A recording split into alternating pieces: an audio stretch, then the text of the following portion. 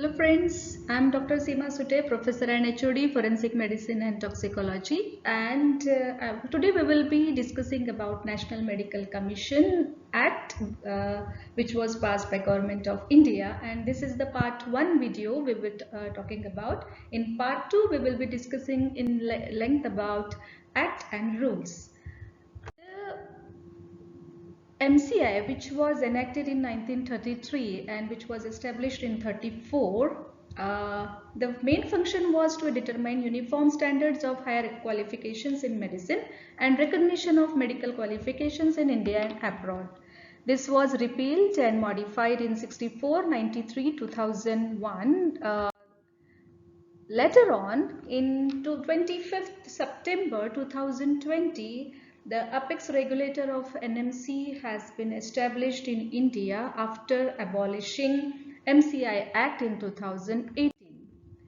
NMC Act will seek to assure mega reforms within the medical education sector, and it has received the assent of President on August 8, 2019, and Dr. Suresh Chandra Sharma, who was HOD of ENT department, was first chairman of this NMC which was established.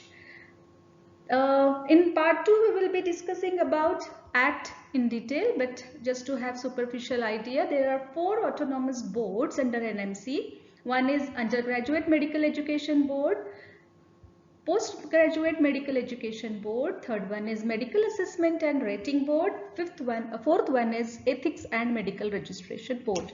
There are 33 members, 1 chairman, 10 ex officio members and 22 part-time members.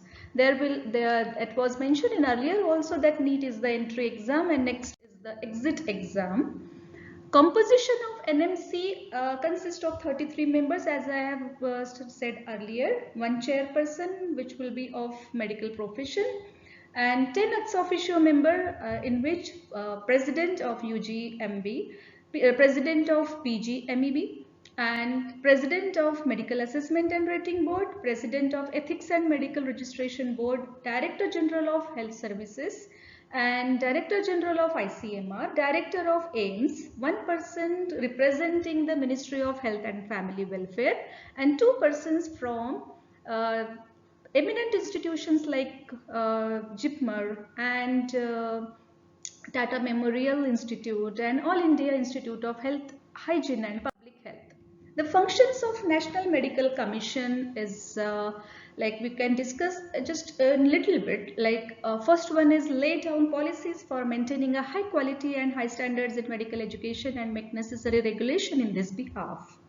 The second function is lay down policies for regulating medical institution, medical researchers and medical professionals and make necessary regulations in this behalf.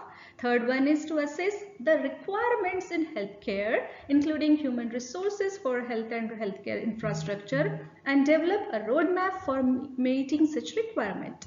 The fourth function is promote, coordinate and frame guidelines and lay down policies by making necessary regulations for the proper functioning of the Commission, the autonomous boards and state medical councils.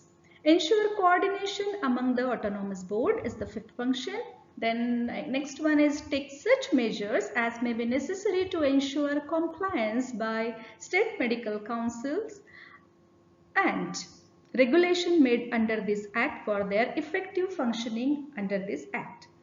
The next function is exercise appellate jurisdiction with respect to decisions of the autonomous boards, and also to lay down policies and codes to ensure observance of professional ethics in medical profession and to promote ethical conduct during the provision of care by medical practitioners.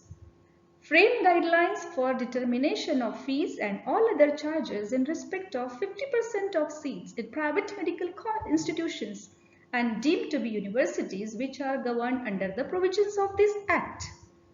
And last but not the last, actually there are many functions more, but exercise such other powers and perform such other functions as may be prescribed.